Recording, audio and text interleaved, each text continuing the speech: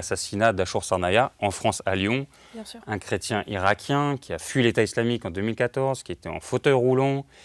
Il fuit la persécution de l'État islamique pour se faire tuer par le même État islamique à Lyon, alors qu'il témoignait de sa foi sur les réseaux sociaux. Il se fait assassiner en direct. Donc en fait, on en est là en France.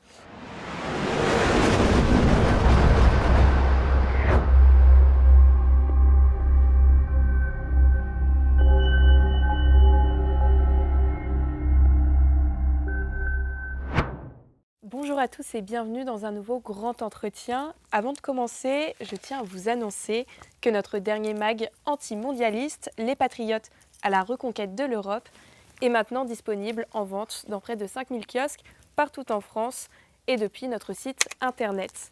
Alors aujourd'hui, j'ai la joie de recevoir Thibaut van den Bosch, qui est chargé de plaidoyer au soutien des chrétiens persécutés à l'ECLJ. Bonjour Thibaut van den Bosch. Bonjour Joséphine. Pour commencer, nous allons revenir sur votre rapport Christianophobie et haine antichrétienne en Europe, dans lequel vous y avez recensé 2211 actes de haine antichrétiens en 2024 et parmi eux 274 agressions physiques. Première question, qu'est-ce que cela dit de l'état actuel de l'Europe ? L'Europe, ce continent chrétien, couvert d'églises, où il y a une population chrétienne qui diminue en proportion, ou qui diminue de manière absolue à l'ouest de l'Europe, a en fait des racines profondément chrétiennes. Et c'est ce symbole-là qu'on attaque, une proie facile, une proie qui ne se défend pas. Et il y a un climat antichrétien qui s'installe en Europe, et d'où viennent ces milliers d'actes chaque année. Voilà, ça c'est les statistiques de 2024 que vous citez, parce qu'il faut le temps de les compiler et d'en faire un rapport. Les statistiques en fait viennent de l'OIDAC, c'est l'Observatoire de l'intolérance et de la discrimination contre les chrétiens en Europe, qui est basé à Vienne, qui fait ce rapport de statistiques.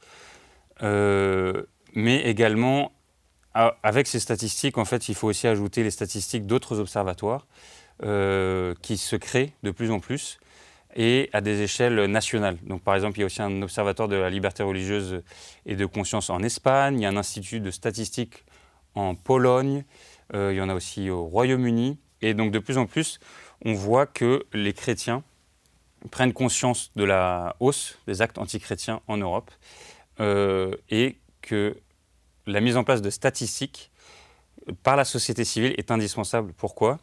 Parce que les États ne prennent pas suffisamment en compte la mesure de ce phénomène de haine antichrétienne en Europe. Et donc, les statistiques de police sont pas, je dirais pas qu'elles sont pas fiables, mais elles ne sont pas homogènes en tout cas à l'échelle européenne. Chaque État a des politiques de statistiques différentes. Et donc, il y a un problème de sous-évaluation qu'il faut d'emblée soulever. Un problème de sous-évaluation par la police, par l'État. Mais il y a aussi un problème de sous-déclaration par les chrétiens eux-mêmes. Par exemple, en Pologne, sur une étude pour l'année 2024, sur 1000 prêtres interrogés, 50% avaient été agressés au cours de l'année écoulée, mais 80% d'entre eux n'avaient pas osé déposer plainte, n'avaient pas été voir la police. Et donc c'est là le phénomène de sous-déclaration massive des chrétiens eux-mêmes qui est très dangereux, qui est très nuisible pour la communauté chrétienne dans son ensemble. On peut se dire qu'on ne veut pas jeter de l'huile sur le feu, on ne veut pas entretenir de rancune, on veut pardonner à ses ennemis. Mais en fait, voilà, ces actes que vous avez cités, de plus de 2000 en 2024, c'est très important que les chrétiens en parlent autour d'eux, à leur communauté, à leurs responsables religieux, à la police, signalent sur les sites comme le Centre européen pour le droit et la justice ou le site de l'OIDAC, fassent remonter les statistiques pour que ensuite les États puissent également prendre en compte ces statistiques et prennent des mesures après pour les contrer, bien sûr. Et justement, vous parlez d'un silence des chrétiens face aux violences auxquelles ils sont exposés. Est-ce que méthodologiquement, c'est compliqué de recenser toutes ces violences ? Oui, en fait, il faut que le biais antichrétien soit correctement évalué, c'est-à-dire par exemple, si j'insulte un chrétien, mais sans insulter sa religion en le faisant, Si j'insulte d'abruti, je pourrais insulter d'abruti tout le monde. Parce que c'est vraiment un abruti. Là, je prends vraiment un exemple basique et frappant, mais la difficulté du recensement des actes antichrétiens, c'est de vraiment se concentrer sur le motif antichrétien de l'agression, d'une part, mais d'autre part, je dirais que pour autant, il n'y a rien à banaliser, et que quelles que soient les raisons, par exemple qu'une église a été vandalisée, on a cassé les vitraux, on a fait des tags sur la façade, quelles que soient les raisons, ça reste un acte antichrétien, ça reste un édifice chrétien qui a été vandalisé. Et donc ça, il faut le prendre néanmoins dans des statistiques, parce que d'une manière générale, c'est quand même assez rare qu'on puisse attraper les auteurs, et c'est malheureux. Donc je dirais qu'il n'y a rien à banaliser, et malgré la difficulté de trouver ce biais antichrétien, dès lors que c'est un édifice chrétien ou une personne chrétienne qui a été attaquée donc, au nom de ses convictions chrétiennes, il faut vraiment le rapporter. Il faut vraiment établir des statistiques fiables basées sur donc, des plaintes qui sont déposées ou des communications qui sont déposées sur les sites internet des différentes ONG de la société civile. Alors, ce qui est assez alarmant dans votre rapport, c'est que l'un des pays les plus touchés, c'est la France. La France qui est de culture chrétienne. Comment est-ce que vous expliquez ce phénomène ? Alors oui, pour la France, il y aurait deux raisons, en tout cas mathématiques, qui ont un lien aussi avec les auteurs de cette violence antichrétienne, dans les cas où les auteurs sont attrapés, évidemment, et qu'on puisse vraiment connaître leur motivation. Mais en France, en fait, la France est un vieil État chrétien, couvert d'églises, de cimetières chrétiens. Or, le vandalisme, c'est la moitié des actes de haine antichrétien. Puis après vient les incendies criminels, les profanations, les vols d'objets religieux.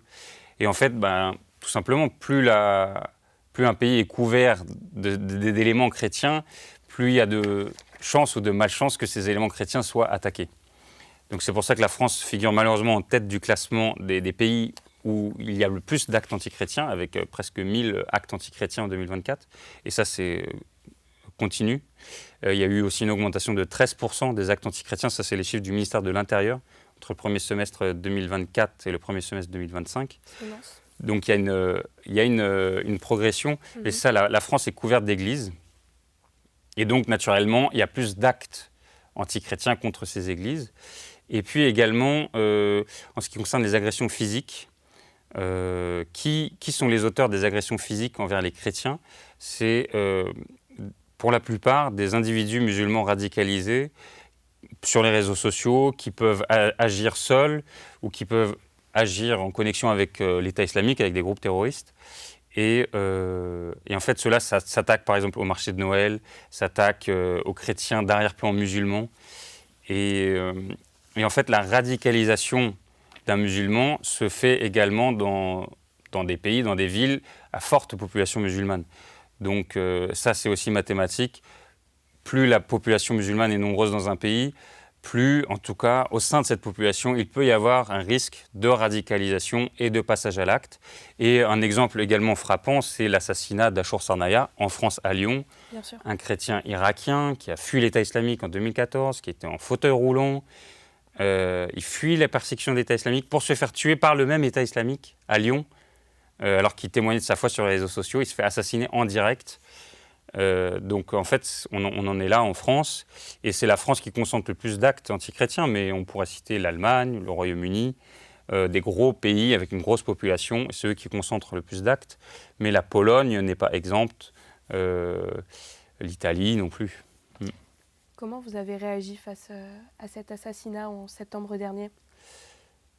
Par le dégoût, Non, c'était une tristesse infinie de voir qu'en France, les chrétiens également pouvaient être tués à cause de leur foi. En fait, je ne voudrais pas banaliser ce qui se passe au Moyen-Orient. Les assassinats, les attentats contre, par exemple, l'Église grecque orthodoxe il y a quelques mois en Syrie, après la chute de Bachar el-Assad. Je ne voudrais pas banaliser la violence qui peut se passer au Nigeria non plus, bien sûr. Mais on aurait pu se donner l'illusion qu'en Europe, au moins, les chrétiens pouvaient échapper au meurtre à cause de leur foi. Et en fait, non.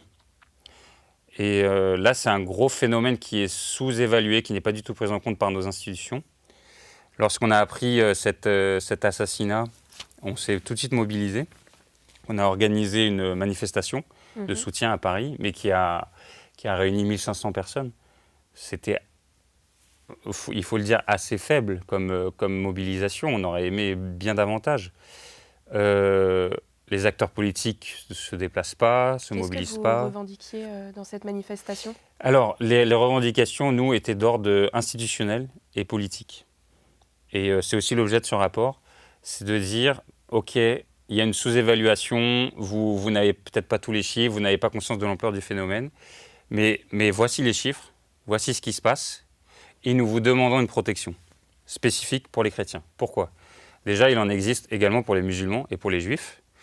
Il y a des rapports spécifiques, des statistiques, que ce soit donc en France, que ce soit au niveau de l'Union européenne. Depuis 2015, il y a un coordinateur de la lutte contre l'antisémitisme, un autre sur la lutte contre la haine anti-musulmane. Donc il y en a à l'Union européenne, il y en a aussi au Conseil de l'Europe, il y en a à l'ONU, il y en a à l'Organisation pour la sécurité et la coopération en Europe. En fait, dans toutes les institutions, il y a des rapporteurs dédiés et des rapports spécifiques et des budgets spécifiques, et une visibilité spécifique pour les chrétiens, pour les musulmans et pour les juifs, et il n'y en a pas pour les chrétiens.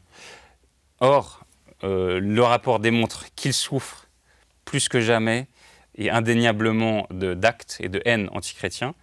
Et donc, les revendications en fait étaient très simples. C'était que les politiques, donc par exemple aussi les députés, mais le ministère de l'Intérieur, en ce qui concerne la France, mais au niveau européen et international, qu'il y ait plus de rapporteurs spéciaux, qu'il y ait plus de coordinateurs, qu'il y ait plus de budget pour lutter aussi contre cette haine antichrétienne. Ça ne se résoudra pas du jour au lendemain, mais jeter la lumière sur ce phénomène, c'est déjà une première étape qui est nécessaire pour nous. Alors, tout à l'heure, vous avez parlé des agresseurs. Par rapport à ça, est-ce que la montée des autres religions, justement dans ces pays aux racines chrétiennes, peuvent expliquer cette augmentation des violences?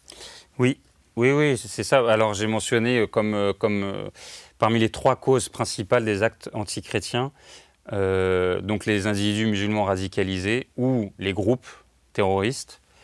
Mais ce n'est pas qu'une affaire de religion, il y a aussi un climat antichrétien qui est porté par des courants d'extrême gauche ou laïcistes, et on voudrait vraiment faire la différence entre les deux. Donc par exemple, les mouvements laïcistes, en fait, c'est la laïcité exacerbée. Ce n'est pas seulement la séparation de l'Église et de l'État, c'est exclure de l'espace public tout symbole chrétien. Alors même que la France a ses racines qui sont chrétiennes, on voudrait par exemple interdire toute crèche dans les mairies. Comme à Asnières Exactement. À Asnières, le maire est taxé par ses opposants d'entrisme catholique. On en arrive à utiliser des mots pareils parce qu'en France, on veut mettre une crèche dans sa mairie, ce qui en fait devrait être autorisé par la loi. Et là, on est obligé de jouer avec des subtilités, d'amener à sa rescousse l'aspect culturel de la crèche et non pas l'aspect religieux. Ou alors, on est obligé de mettre la crèche sur des roulettes. Et dès que le tribunal nous demande de la supprimer, alors on prend la crèche, on la fait rouler jusqu'à l'extérieur de la mairie, et là on l'expose à l'extérieur, et puis c'est bon, on y est autorisé. Donc ça fait partie aussi de nos recommandations qui sont sur notre rapport, de reconnaître la légitimité historique du christianisme en Europe. Et ça éviterait ces dérives laïcistes contre les crèches, par exemple. Et il y a aussi un 3e acteur que je voudrais mentionner, c'est les mouvements d'extrême gauche, où en fait on juge l'Église, les chrétiens de manière générale, mais je pense surtout l'Église catholique, comme passéiste, rétrograde, conservatrice, qui défend des choses du passé qu'on devrait abolir au plus vite. Et donc par exemple, dès qu'on parle de sexualité, dès qu'on parle de mariage ou la vie, la protection de la vie, on est exclu, on n'a plus le droit à la liberté d'expression, tout ça c'est fini. Et on ne peut plus vivre en tant que chrétien, on ne peut plus exprimer des convictions chrétiennes face à des militants d'extrême gauche qui peuvent agresser physiquement, qui peuvent taguer des églises, mettre des messages anarchistes sur les églises. Voilà, donc ça participe à un climat antichrétien. les laïcistes et l'extrême gauche ne seront pas les premiers responsables de meurtres contre les chrétiens, mais il y a un continuum de violence qu'il ne faut pas banaliser et il ne faut pas prendre séparément chaque violence. Ça forme un tout et la violence attise la violence contre les convictions avec des mots. Après, ça passe des églises donc aux incendies, profanation, vandalisme, ça passe au vol, ça passe aux incendies, ça passe aux menaces contre les gens, menaces, harcèlement, agression physique et puis meurtre, bien sûr, contre les chrétiens et encore une fois à cause de leur foi. Donc aujourd'hui en Europe, être chrétien est devenu dangereux ? Oui, c'est ça. En fait, c'est malheureusement, être chrétien en Europe est devenu dangereux. Il y a une forme d'autocensure qui s'installe, que ce soit dans le monde de l'entreprise, à son travail, à l'université, dans la rue même. Une autocensure, on n'ose plus évoquer sa foi chrétienne, de peur d'être ridiculisé. Ça peut même être aussi bête que ça. Mais ça commence par là. Ça peut être ridiculisé et puis ça peut se terminer donc en agression physique ou en meurtre. C'est devenu dangereux. Mais également, je pense qu'il y a une sous-prise en compte du phénomène par les chrétiens eux-mêmes qui, en fait, ne cherchent pas le martyr, bien sûr, mais qui acceptent le martyr et qui se disent, en fait, une église qui n'est plus persécutée, une église qui va mourir, et on n'a qu'à voir la foi vibrante en Orient, en Égypte, par exemple, où les chrétiens coptes ont une foi exemplaire, mais parce qu'ils sont martyrisés depuis toujours. Et en fait, en Europe, il y a sûrement des chrétiens qui se disent soyons persécutés pour l'amour de Dieu et acceptons notre sort.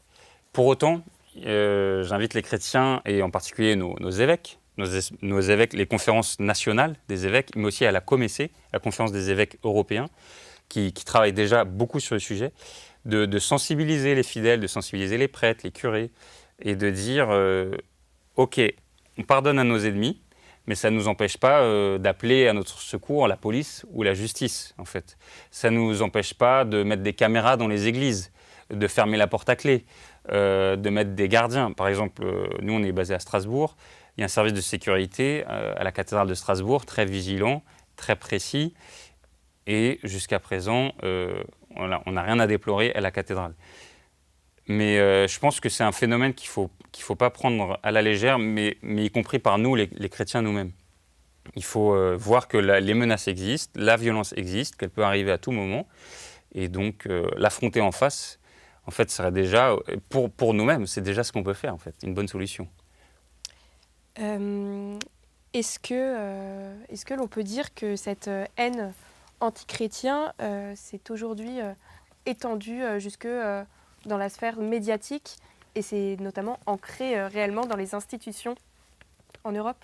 Oui, en fait, il y a une espèce de banalisation aussi de la haine anti-chrétienne en se disant que de toute manière, l'Europe est un pays anciennement chrétien, ou chrétien. Les chrétiens forment la majorité ou l'ancienne majorité, je suis obligé de m'exprimer comme ça.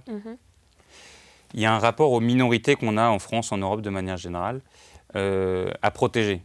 Minorités ethniques, minorités linguistiques, minorités culturelles, minorités sexuelles, minorités religieuses. Et donc on aura naturellement le réflexe de protéger les musulmans et les juifs. Mais les chrétiens, non, ils sont là depuis toujours.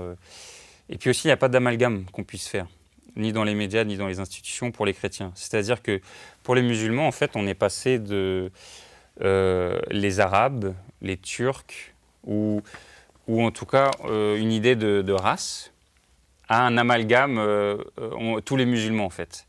Et donc maintenant même la définition de l'islamophobie, selon certaines institutions, mais notamment le Conseil de l'Europe, l'islamophobie, c'est du racisme envers les musulmans. Donc racisme, musulman. Mais c'est au nom de ça qu'on protège les musulmans, au nom de la race. Et en fait, c'est pas possible pour les chrétiens. Nous, on appartient à quelle race, les chrétiens L'Église catholique, par exemple, ça veut dire universel. Des chrétiens, c'est une religion pour le monde entier et toutes les races, toutes les ethnies, tous les peuples sont chrétiens, en fait, peuvent être chrétiens. Donc aujourd'hui, l'Europe protège moins les chrétiens que les autres groupes religieux. C'est ça. Au nom de ce qu'on appelle non-discrimination, de tous ces principes, non-discrimination, il y a un focus spécifique pour les minorités. Et les chrétiens ne rentrent pas dans cette case, alors que maintenant on est une minorité, en tout cas numérique. En nombre, on ne pèse plus beaucoup. Même si on infuse encore dans la culture et que le continent est encore couvert d'églises, c'est vrai. Mais le fait qu'on n'ait pas ce statut de minorité nous prive de protection spécifique et nous prive d'une visibilité dans les médias. Donc après, il y a Omerta, bien sûr, chez qui on est content de parler de ce sujet. Mais ce n'est pas un sujet qui perce dans des médias, dans les médias généralistes. Oui. Et face à ce constat qui est quand même très préoccupant, quelles réponses concrètes attendez-vous des États et des institutions européennes ?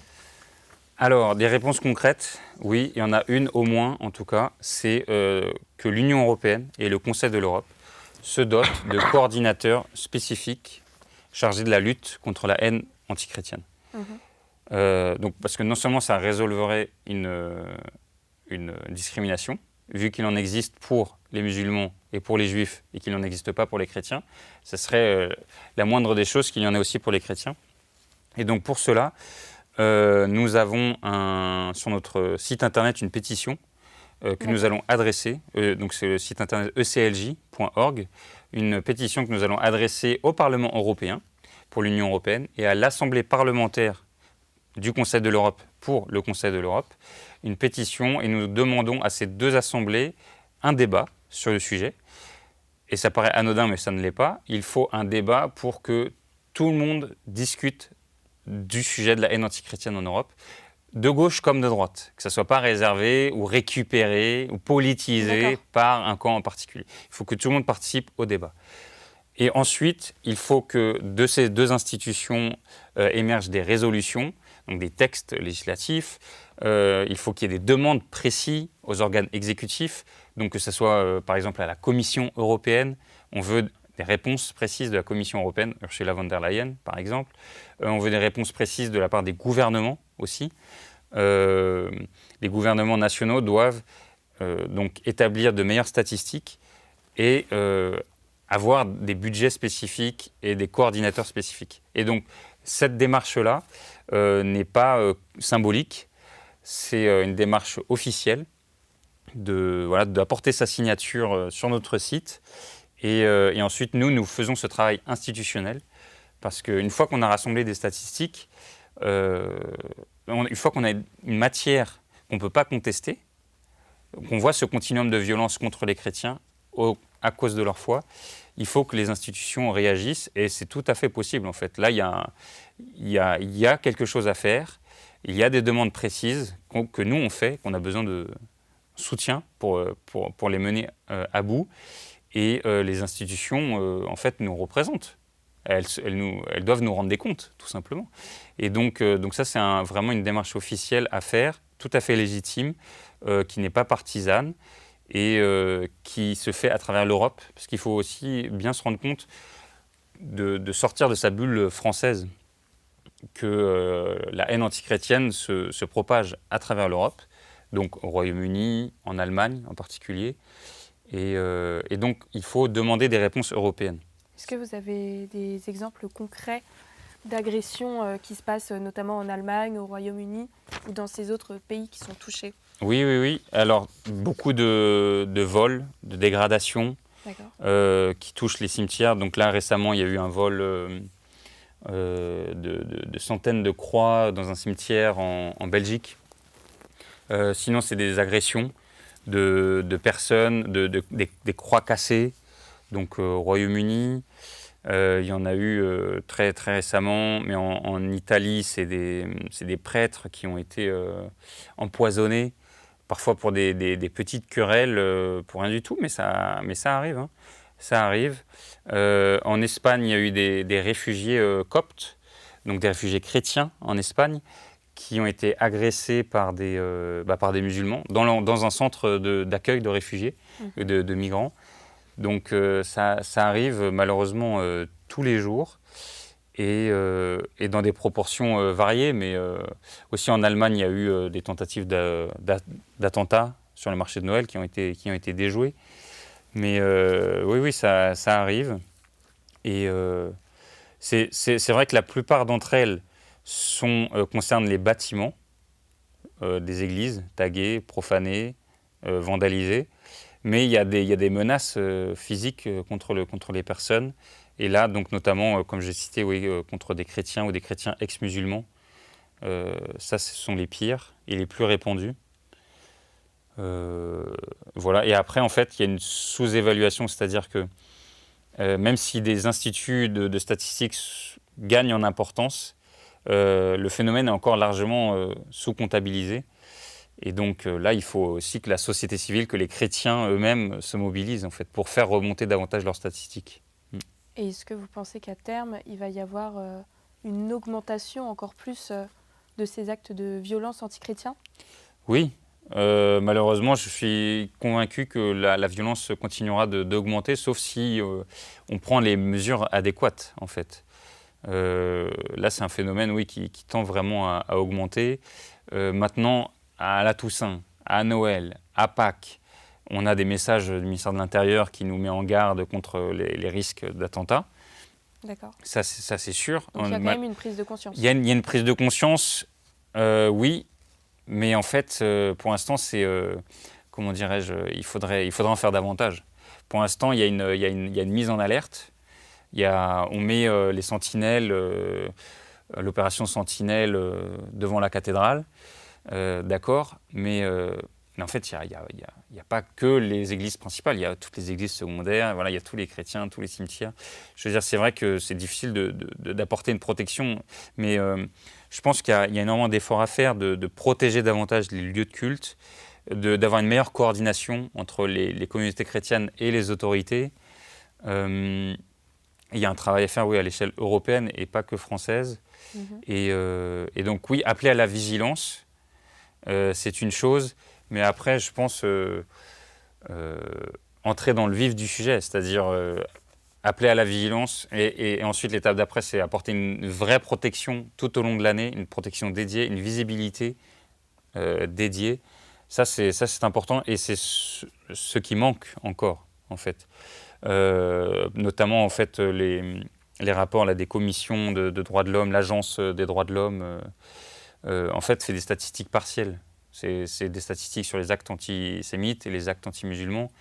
Et donc, en fait, il y a comment dirais-je, le ministère de l'Intérieur a les actes antichrétiens, mais n'en sort pas un rapport spécifique, complet, accessible, régulier, visible.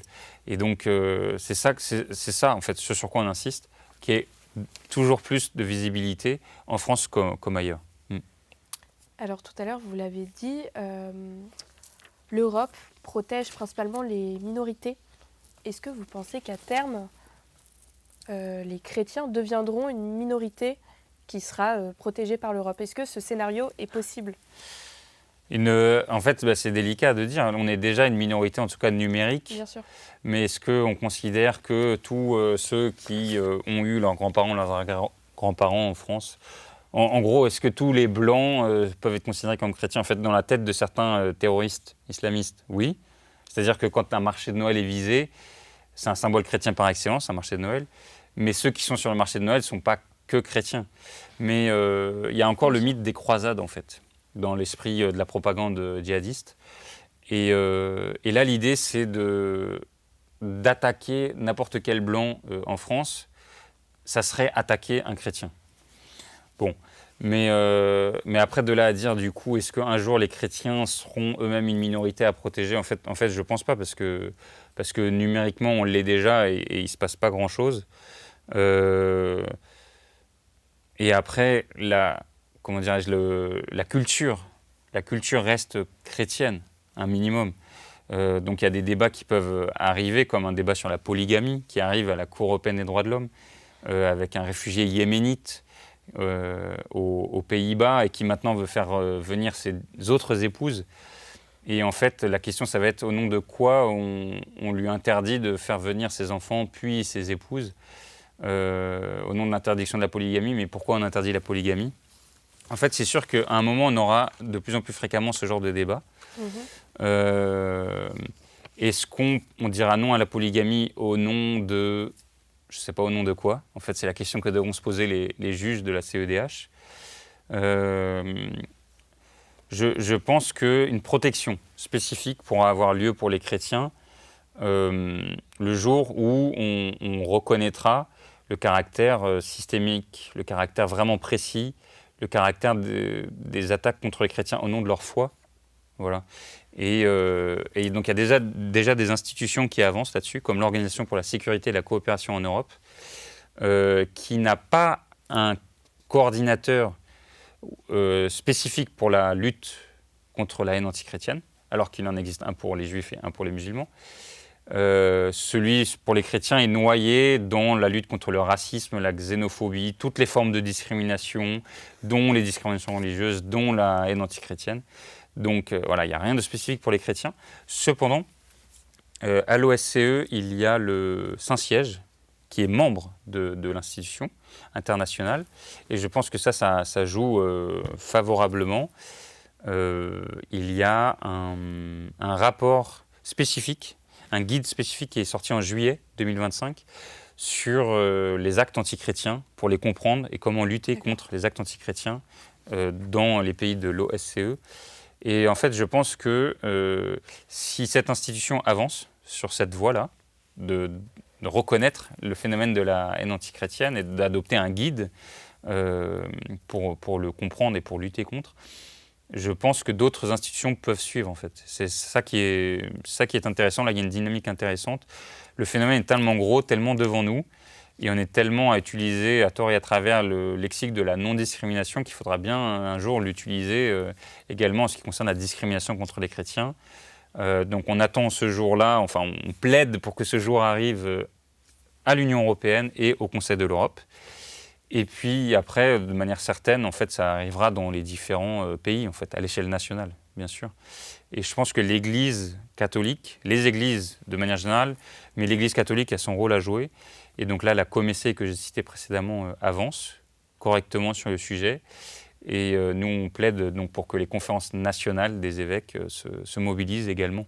C'est un sujet qui est politique, c'est vrai, mais il s'agit de la protection des chrétiens. Donc tout le monde doit jouer son rôle là-dessus. Ouais. Est-ce que vous avez trouvé que ce mois de décembre 2025, avec Noël, a été particulièrement tendu pour les chrétiens par rapport aux autres années ?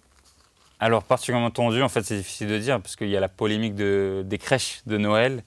Plus que les autres années ? Plus que les autres années. Là, c'est difficile de dire plus ou moins. Je dirais qu'il y a une tendance de fond, un bad buzz de l'extrême gauche qui taxe d'entrisme islamiste, de respect de la laïcité. Mais ça, ce que je peux constater, c'est que c'est pas qu'en France que ça s'est passé, parce qu'en Belgique aussi, à Bruxelles, il y a eu une crèche sans visage, avec des santons sans visage, et sous prétexte que c'était plus inclusif. Mais c'est comme quand on arrête de dire Joyeux Noël pour dire joyeuse fête de fin d'année pour dire que c'est plus inclusif.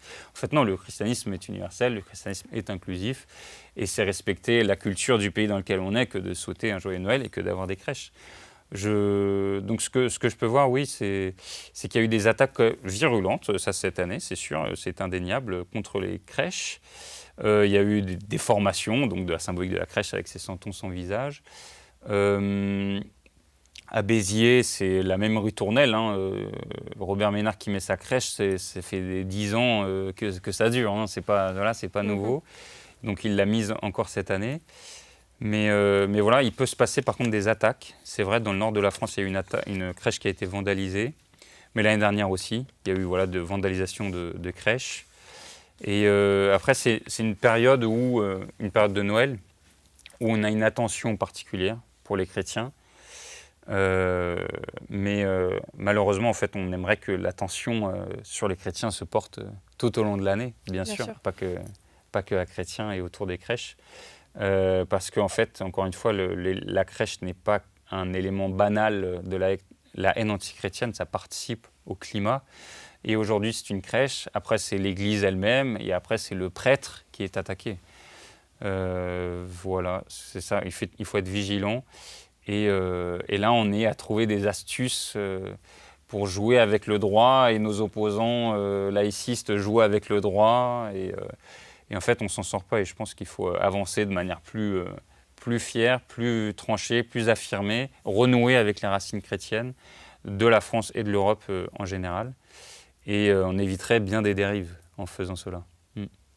Est-ce qu'aujourd'hui, le pape prend position justement vis-à-vis de ces violences antichrétiennes en Europe? Alors, pour le sujet du pape et les violences antichrétiennes, je pense qu'il est encore assez trop récent, mais ça va venir, j'en suis sûr.